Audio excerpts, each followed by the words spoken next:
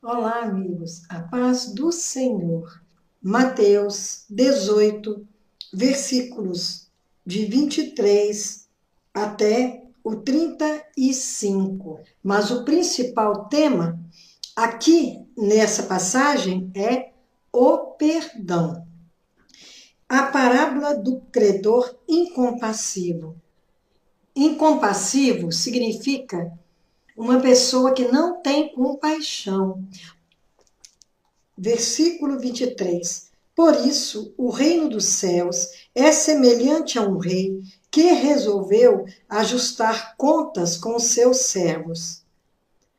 Quando começa por isso, é porque anteriormente há algum fato que liga a esse fato que nós vamos ver agora.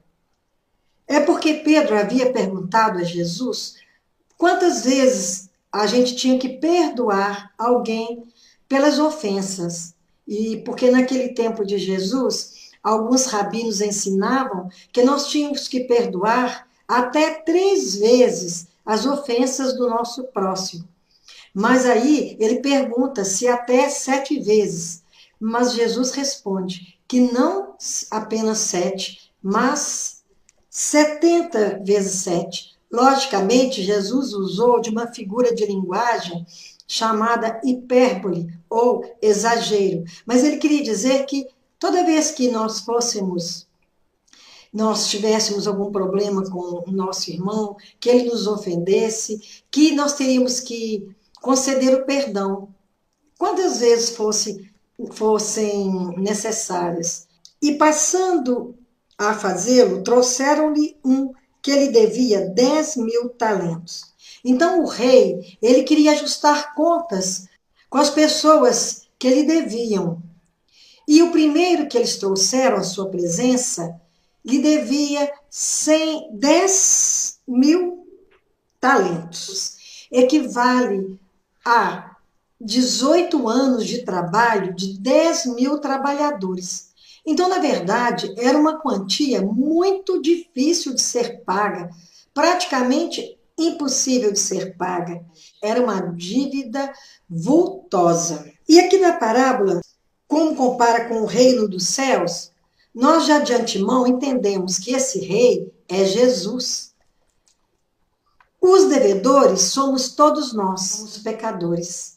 E a nossa dívida para com o nosso próximo e para com Deus é o pecado. Não tendo ele, porém, com o que pagar, ordenou o Senhor que fosse vendido ele, a mulher, os filhos e tudo quanto possuía, e que a dívida fosse paga. Então o Senhor falou: não, você tem como me pagar sim, porque naquele tempo de Jesus as pessoas poderiam ser vendidas para pagar uma determinada conta. Ela tinha uma dívida, ela podia colocar à venda filhos e outras pessoas que desejassem. Mas ele pensou: a família não tem preço.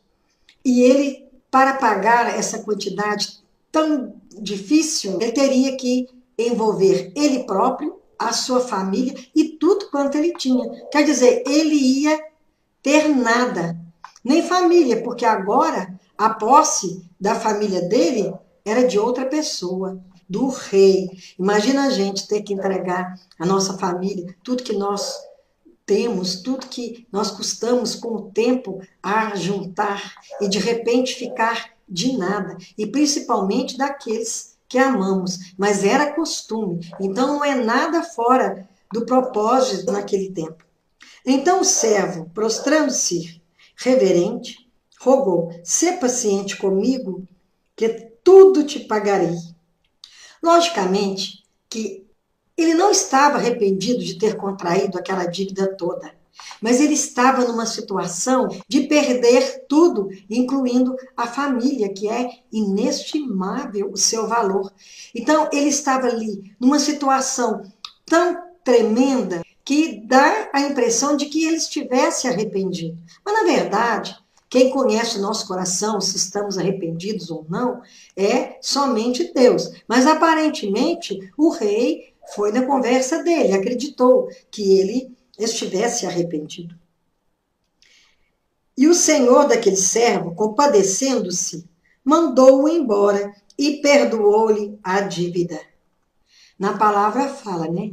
Que o que é mais perdoado é aquele que sente mais gratidão. Imagina a gratidão que esse homem deveria sentir, ele sendo perdoado numa dívida tão grande. Imagina a gente devendo para uma pessoa uma quantia muito grande, e toda vez que a gente vê a pessoa, a gente enxerga a dívida. Porque quando devemos e temos responsabilidade, nós não ficamos tranquilos porque aquela dívida dorme conosco, a nossa consciência acusa que precisamos pagar. Por isso que não devemos contrair compromissos para os quais não temos condições de pagar, porque é uma situação vexatória. A menos que a pessoa não se importe, faz dívidas e se não pagar, está tudo bem. Mas um cristão, ele não age dessa maneira. Então esse homem ficou muito aliviado, porque era uma quantia, ele nunca conseguiria pagar.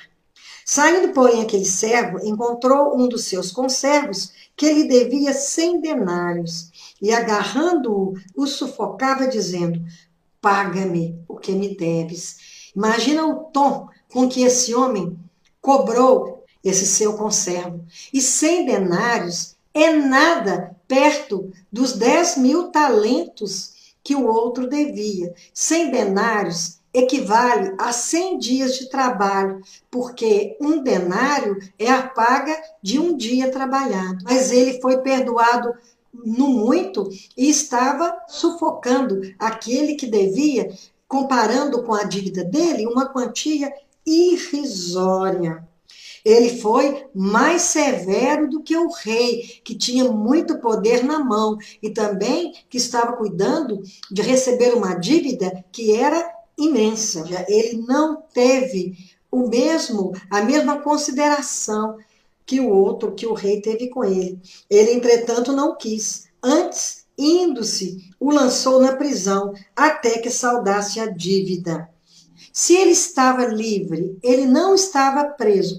Ele não conseguiu pagar, talvez o salário dele não sobrasse o suficiente. Como que ele preso, sem trabalhar, ele poderia pagar alguma coisa? Logicamente, ele ficaria apodrecendo na prisão, ficaria preso até a morte.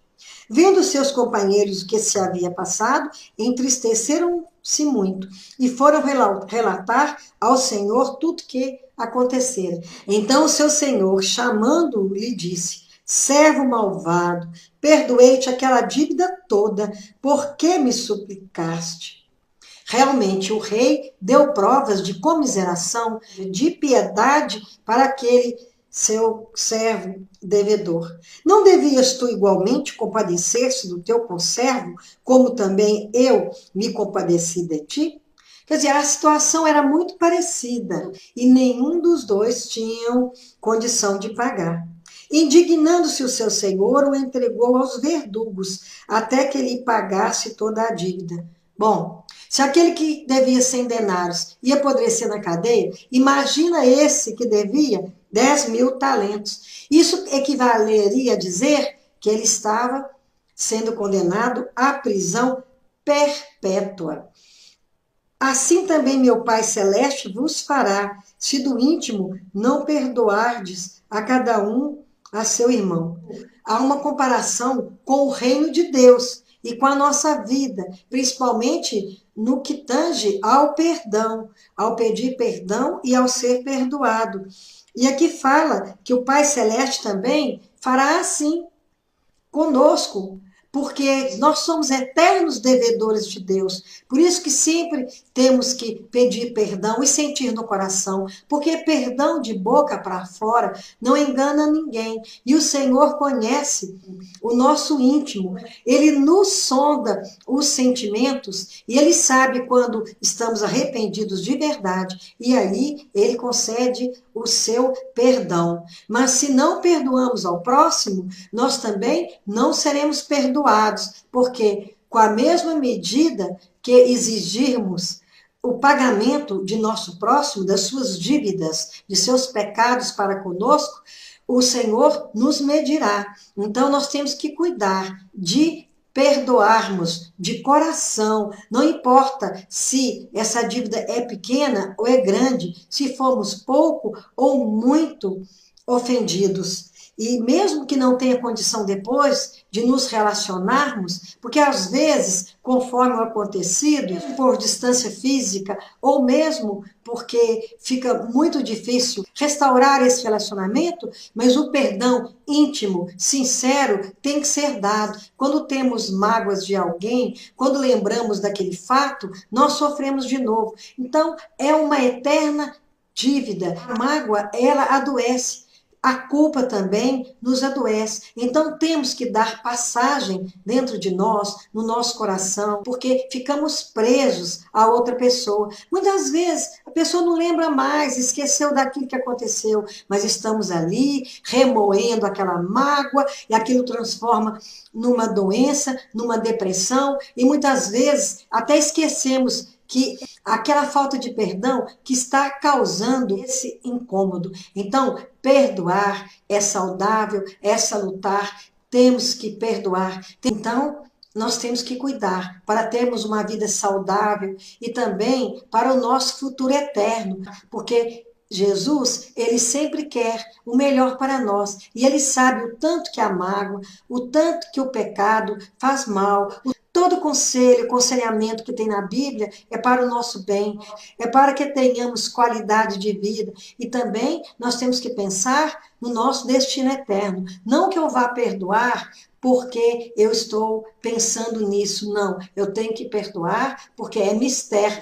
E quando nós estamos presos a alguém pela falta de perdão, é como se tivéssemos grilhões no coração, mesmo que seja difícil demais. O Espírito Santo nos ajuda nessa circunstância, quando humanamente é impossível. Ele nos ajuda na falta de fé, ele nos ajuda quando estamos tendo dificuldade para perdoar, e ele nos capacita, não porque, como humanos, é possível, mas porque, se estamos pedindo socorro ao Espírito Santo, ele estará nos capacitando e nos ajudando para que perdoemos, porque senão os nossos pecados também serão retidos. Porque, como nessa parábola, ele havia sido perdoado no muito, mas não perdoava aquele que devia no pouco. Então, essa parábola, ela é rica em ensinamentos e temos que refletir sobre ela,